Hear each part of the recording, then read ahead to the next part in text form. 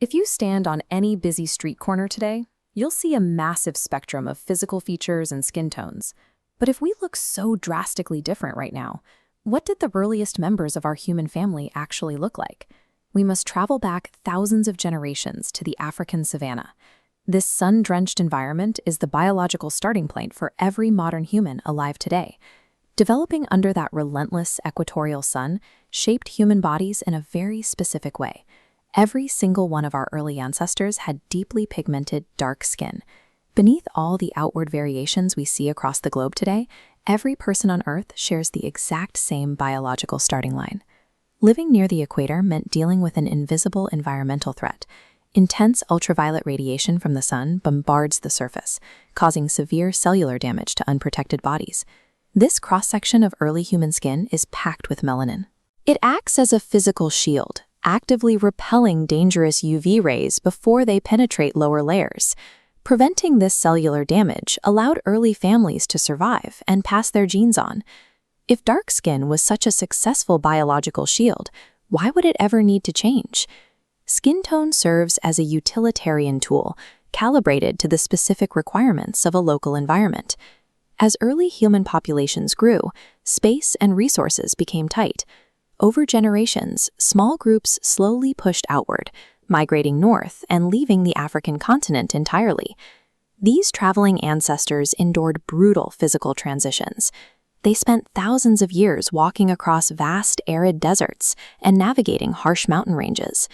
Eventually, some of these groups arrived in densely forested northern environments, where the climate was drastically colder and blanketed by heavy clouds. By migrating this far north, humans accidentally removed themselves from the intense equatorial sunlight that originally shaped them. The local environment had completely rewritten the rules for survival. In this dim new world, humanity's greatest biological advantage turned into a sudden, highly dangerous liability. The human body requires a delicate balancing act. While too much ultraviolet radiation is toxic, the body actually needs a small amount of sunlight penetration to manufacture vital vitamin D. Here is the problem they faced in the north. This animation shows the same dense, dark skin barrier, but now under very faint sunlight. The shield is too effective. It's blocking too much of the weak light, causing vitamin D production to crash. Without adequate vitamin D, human bones become weak and brittle. In a harsh, freezing climate, a fragile skeletal structure threatened the survival of entire communities. Evolution provided a slow mechanical fix. Over thousands of years, the body adjusted. Northern populations developed lighter skin to let more of that weak sunlight absorb into their cells, restoring vitamin D levels to a healthy baseline. Meanwhile, the human groups that remained near the equator kept their darker skin, because their environment still required that original heavy-duty UV shield. When you line up the global spectrum of human skin color, you are simply looking at a biological map that records exactly how much sunlight our specific ancestors were exposed to. The visual contrasts between people today look drastic on the surface, but those traits are merely a thin layer of environmental sculpting applied over the exact same frame. We can trace this directly through the physical fossil record.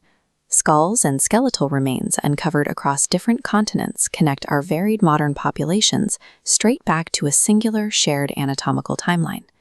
But we don't have to rely entirely on ancient bones. We can look past the macro-level fossils down to the microscopic architecture of our own cells. Modern genetic mapping provides definitive proof. When scientists decode our genomes, they find that humans share practically identical core DNA, completely regardless of external geography or skin tone.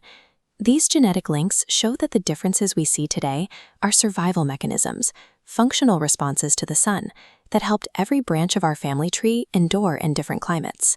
Today, our single species has successfully expanded across the globe, figuring out how to thrive on every single continent. We walk past a massive variety of cultures and appearances on our streets every day. Those differences are real, and they hold deep personal and cultural meaning. But instead of viewing those traits as hard boundaries between groups, we can look at them as biological badges of survival, hard-won by our ancestors.